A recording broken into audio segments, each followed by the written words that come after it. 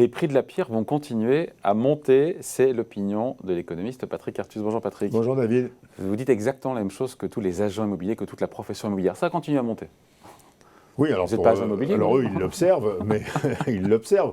Et oui, alors il faut comprendre ce qui se passe. On est dans un environnement où, de façon assez probable et de façon durable, on va garder des taux d'intérêt réels négatifs, c'est-à-dire des taux d'intérêt nominaux plus bas que l'inflation. Regardez en ce moment, un crédit immobilier moyen en France, ça coûte à peu près 1,10%. Et l'inflation, elle est je crois que le dernier chiffre en France, c'est 3,5. Oui. Voilà.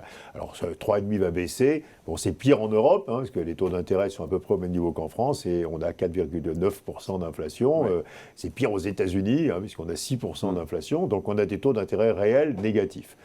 Quand on a des taux d'intérêt réels négatifs, évidemment, tout le monde se reporte sur ce qu'on appelle les actifs réels, c'est-à-dire les actifs qui ont des rémunérations beaucoup plus élevées que les obligations ou que le cash, simplement. Donc la hausse de l'inflation, sans que les taux d'intérêt réagissent... Parce que les banques centrales ne réagissent pas vraiment. Parce que les banques centrales réagissent faiblement ou pas du tout. Ce qui est nouveau dans l'histoire. Voilà. Ce qui est nouveau dans l'histoire. Ce qui est très différent des ajustements du passé, où les banques centrales réagissaient très violemment à l'inflation. Là, les banques centrales... Pourquoi ne le font pas d'ailleurs ? Parce que les banques centrales ont plein d'autres objectifs. D'abord, elles pensent que l'inflation est transitoire. Jérôme Powell nous a dit en décembre ça, c'est pour la zone euro. Alors, aux États-Unis, elle n'est pas transitoire, parce qu'aux États-Unis, on a de l'inflation salariale. On n'a pas d'inflation salariale en Europe. Bon, donc la Banque centrale européenne pense que l'inflation est transitoire. Aux États-Unis, il y a toujours un objectif d'assurer la solvabilité des États, ce qu'on appelle la soutenabilité des dettes. Ensuite, il faut évidemment, quelque chose qui est mal compris, qu'il faut maintenir des taux d'intérêt très bas pour qu'on puisse faire la transition énergétique. La transition énergétique, ça va nécessiter des masses d'investissements qui sont d'autant plus faciles à faire que les taux d'intérêt sont très bas. Et il faut éviter aussi en zone euro une crise des dettes souveraines. Alors ensuite, dans la zone euro, il y a plein d'émetteurs souverains, donc effectivement, il faut éviter les écartements de taux d'intérêt entre tous ces États. Et puis, les banques centrales ont de plus en plus des objectifs d'emploi. Elles disent que leur politique doit aussi pousser à des créations d'emplois, à la hausse du taux d'emploi. Donc voilà, donc on a plein de raisons qui font que les banques centrales sont très hésitantes quand elles voient de l'inflation. C'est un changement de paradigme, j'insiste. Oui, c'est un changement de paradigme important. Les banques centrales font maintenant une politique économique très globale, c'est-à-dire qu'elles ne s'occupent plus seulement de l'inflation, elles s'occupent de l'emploi, elles s'occupent des budgets, de la solvabilité des emprunteurs, etc. C'est dans leur mandat, ça ? Alors aux États-Unis, oui, et dans la zone euro, non, mais bon, on s'arrange. Donc l'environnement tout concourt, en fait. Donc on peut penser, si vous voulez, avec une demande de logement, avec des demandes de logement qui sont toujours là aussi. À des degrés divers entre les États-Unis et la zone euro, on va garder des taux d'intérêt réels extrêmement négatifs de façon durable. On ne va pas repasser dans une zone où les taux d'intérêt seraient supérieurs à l'inflation. Alors quand les taux d'intérêt réels sont négatifs, à nouveau, vous avez une énorme incitation à prendre votre épargne et à l'investir dans des actifs qui vous protègent contre l'inflation. Et ces actifs... En quoi l'immobilier protège contre l'inflation ? L'immobilier protège contre l'inflation parce qu'il y a une corrélation... Parce que les loyers, par exemple, suivent les prix de la consommation. Donc vous achetez et les dividendes des actions suivent normalement les prix de la consommation. Donc vous achetez des actifs qui vous versent des revenus qui suivent l'inflation. Et comme ça, vous êtes protégé contre l'inflation. C'est ce qu'on appelle les actifs réels, qui sont du vrai capital, qui sont du vrai capital dans l'économie, donc des logements, des entreprises, etc. Et donc vous avez un report massif de l'épargne vers ces actifs réels qui vous protègent contre les chocs inflationnistes. Et alors... Sauf que ça monte un petit peu vite. Alors, c'est pas que les ménages. C'est les ménages, évidemment, qui achètent. Et on voit, en France, le crédit immobilier a augmenté de 6,5% par an. Mais là, on est très, très loin des records historiques. Mais c'est aussi beaucoup les investisseurs institutionnels, les assureurs européens sont en train d'énormément augmenter le poids de l'immobilier dans leur portefeuille. Donc, on a à la fois une demande des ménages et une demande institutionnelle de logement qui augmente énormément.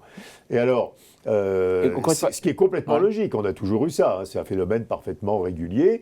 La différence, c'est qu'on sent cette fois-ci que ça va être beaucoup plus durable que d'habitude, parce que les banques centrales n'ont pas l'intention de sortir des taux d'intérêt réels négatifs. Pourquoi elles ne s'intéressent pas plus que ça parce que ça va vite, oui, et ça monte quand même très très vite. On pense à tous ces gens qui n'ont plus les moyens d'acheter des logements. Alors quand vous regardez, la France est un des pays où c'est le moins spectaculaire. On est à peu près à 7% de hausse sur un an des prix de l'immobilier.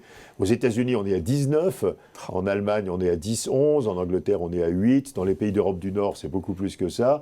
Donc on a vraiment des hausses très très fortes des prix de l'immobilier. Le record, c'est les États-Unis. Même le Japon, maintenant, c'est 10% sur un an. Quand vous prenez l'ensemble de l'OCDE, c'est 12% sur un an, les prix de l'immobilier. Résidentiel, les logements. Parce que le bureau, lui, souffre. Il y a le télétravail, enfin, il y a des facteurs assez spécifiques. Mais sur le résidentiel, vous avez cette hausse extrêmement forte. Et alors, évidemment, ceci est quelque chose que les banques centrales commencent à voir. Mais la communication des banques centrales consiste à dire, écoutez, on a bien vu que notre politique produisait ce résultat. Elles admettent que c'est elles oui, qu'elles sont la cause. Oui, la BCE admet que... Qu'elles sont à l'origine, ça flambait les prix de la pierre. Que la politique monétaire... voilà, mais du coup, il faut que les États interviennent. C'est un peu ça le message des banques centrales. Donc elles ne disent pas, comme on a un problème avec les prix de l'immobilier, on va remonter les taux d'intérêt. Elles disent, on a une politique de taux qui est liée à nos vues sur l'inflation, la croissance, les risques, le besoin de créer des emplois. Cette politique de taux, elle fabrique une hausse des prix de l'immobilier, c'est malheureux, et il faut que les États prennent des mesures de ce qu'on appelle macro-prudentielles, c'est-à-dire de régulation. Donc de dire aux banques, attention, ne prêtez pas trop, pas sur des durées trop longues. Alors c'est ce que font les États. Par exemple, la Banque de France, c'est ce que la Banque de France, parce qu'en France c'est la Banque de France qui gère ça, dit aux banques, ne faites pas des crédits à plus de 25 ans, vérifiez que les gens n'utilisent pas plus de 30 ou 33% de leurs revenus pour rembourser, etc. Et les banques le font. Et alors, les banques le font et ça n'a aucun effet macroéconomique, parce que c'est trop petit comme effet. Mais quand vous êtes confronté à des prix de l'immobilier qui augmentent de 7% par an et que vous pouvez vous endetter à 1, le seul comportement raisonnable, c'est de vous endetter autant que possible pour acheter autant que possible de l'immobilier. Donc c'est pas parce qu'il y a un peu de freinage du côté des banques que ça va changer cet équilibre-là. Et en plus, ça évince du marché de l'immobilier les plus modestes. Donc en fait, on sort de la capacité d'acheter un logement, les ménages les plus modestes, sans changer beaucoup l'équilibre global du marché de l'immobilier. C'est comme dramatique. Donc c'est une assez mauvaise politique dans cet environnement. Donc la seule façon pour arrêter la hausse des prix de l'immobilier, c'est soit une mesure fiscale extrêmement violente, par exemple de taxation forte des plus-values latentes sur l'immobilier, ce qui est politiquement très difficile à Plus-value latente c'est parce que les plus-values, c'est de monter le taux d'IFI, en gros, pour faire simple. Si vous montez le taux d'IFI, vous allez décourager l'investissement immobilier. C'est une très très mauvaise idée, parce que dans le même temps, on manque de logements. Donc il ne faut pas décourager l'investissement immobilier, on n'a pas assez de logements, donc, en particulier en locatif. Donc on ne va pas faire ça. Donc on fait des petites mesures qui découragent un peu la distribution de crédit par les banques, mais ça a très très peu d'effet dans cet environnement et les taux d'intérêt sont si bas. Donc la seule chose qui marcherait à la fin, c'est de remonter les taux.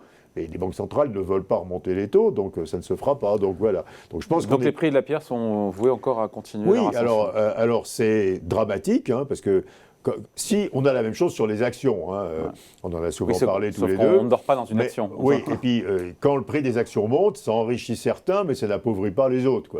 Quand les prix de l'immobilier montent, ça enrichit ceux qui en ont, mais ça appauvrit ceux qui doivent en acheter, parce qu'ils doivent consacrer une plus grande part de leurs revenus à rembourser leur crédit.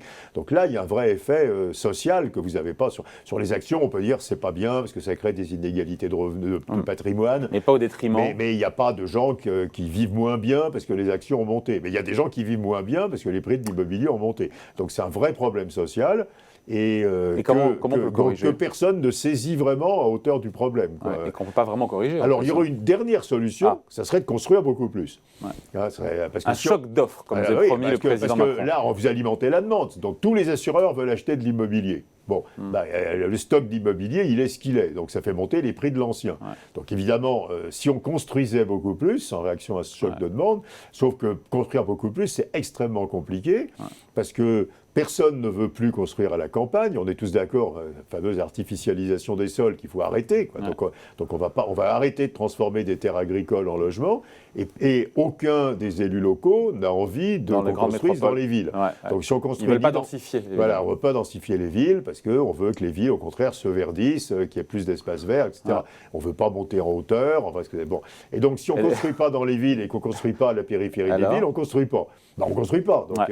Donc on ne construit pas. pas, il y a de la demande, les banques centrales ne se saisissent pas du sujet ou le repassent aux États, les États n'ont pas les instruments qui leur permettraient de calmer le prix de l'immobilier, donc les prix de l'immobilier vont continuer à monter, et ça va être un énorme problème social pour le prochain quinquennat, ça c'est tout à fait clair.